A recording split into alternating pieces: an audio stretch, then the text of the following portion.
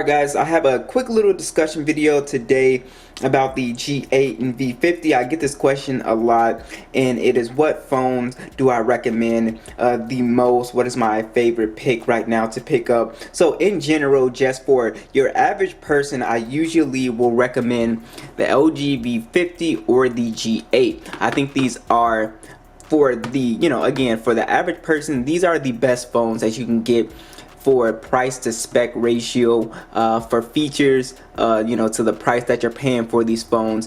You are getting really a steal here. It is awesome. And you also have had some price drops on the V50, which 100% makes it one of the best buys of this year and of 2021. So think of these as phones you could really go into 2021 with.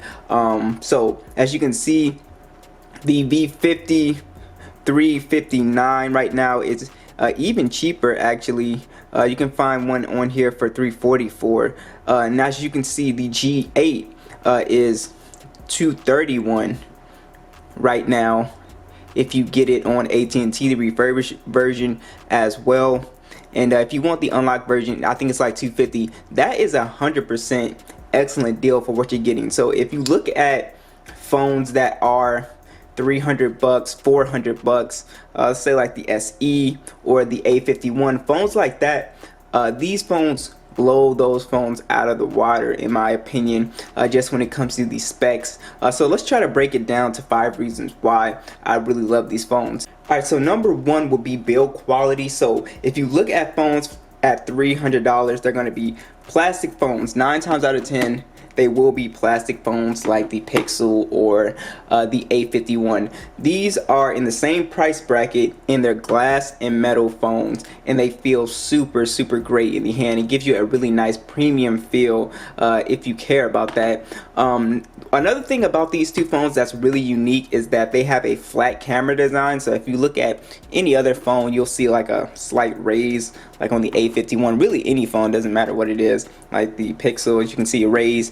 And sometimes you'll get like a little bump. So if I bring the iPhone here, if it's sitting flat, it's not completely flat, like it bounces sometimes. On these phones, you not get that bounce at all. They're completely flat. They don't wobble or anything like that, and I just really love that. And it also gives the phone a super clean look to it, and it just looks really classy to me.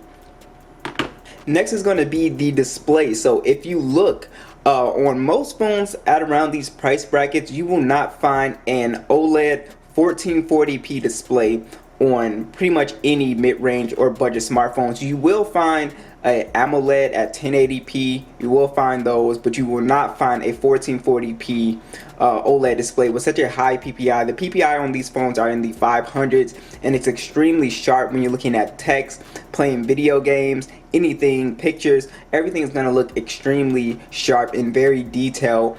You will not find that on any phone at these price brackets. That's one of the first things, or one of the main things I love about these phones, is because of that. Now, you do have a little notch, which you can hide with the software. This is a 6.1 inch. This is a 6.4 inch, and it is really nice. Also, I do have comparisons. Again, this is not a full comparisons of these two phones. I'm just running down. But if you just go and type in G8 Matthews Tech, and you type in V50 Matthews Tech, you will see all of the videos that I have done on this phone. For all of my new people that haven't seen them, I've done a ton of videos, comparisons, so please check those out if you want to know, just see comparisons of the other LG phones or just smartphones in general. But the displays on these phones are top notch. One of my favorite things about these LG phones. Next is going to be gaming. So I always say these are some of the best gaming phones on a budget, mostly because you have the Snapdragon 855 with 6 gigs of RAM on both of these phones. And again, going back to the display, 1440p with a high PPI makes the screen and everything gaming just look really great, on top of having some great speakers as well. And if you plug your headphones in, you will have that quad DAC to take advantage of the sound, so you can get some really great gaming experience out of these phones. Now, as you can see, if I go to graphics, and it's the same thing on both phones, you can see Call of Duty, we're on very high max. And if I go to graphics on here, if I can find it, they changed the UI here. Alright, graphics, you can see we're on HDR. We can do the UHD pack if we install the plug. So as you can see, we're on high on both, and just an awesome experience when you're gaming. Again, if you want to see the full gaming test, I play Fortnite and Call of Duty, PUBG on all of these phones. Again, those videos are online. So it's just a really great experience, and as you can see, the games, they run beautiful. So these are phones that you can keep for several years, and they're still going to be extremely powerful when you're gaming on here. And again, if you want the bigger display experience, a lot of people these days like big phones, then you would get the V50, of course. But as you can see, gaming on here is no joke. It's going to be a great experience if you're a gamer. There's nothing you can't really play on these phones, which is great.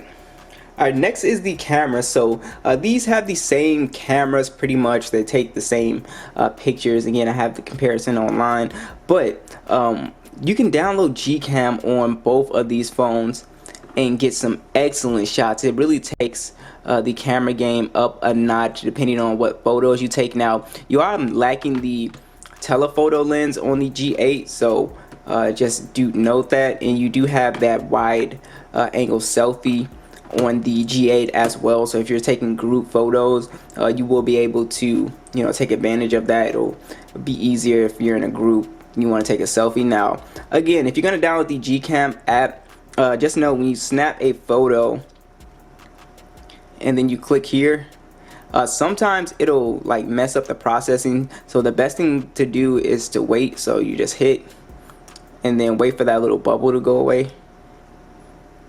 And then sometimes, so it's not the full port, as you can see, it didn't get it. So it's sometimes it's a little buggy because again, it's not the official port. But my experience would be, the best experience for me was to wait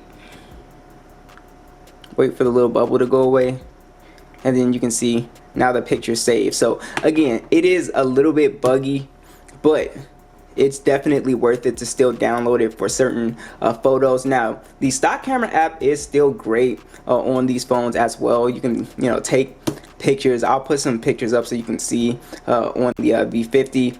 You can still get some really great shots out of the stock camera app, and you also have a really great video on both of these phones in the manual mode. If you go to manual camera, you can see you have a ton of options to mess with here with the autofocus, aperture, ISO, all that stuff.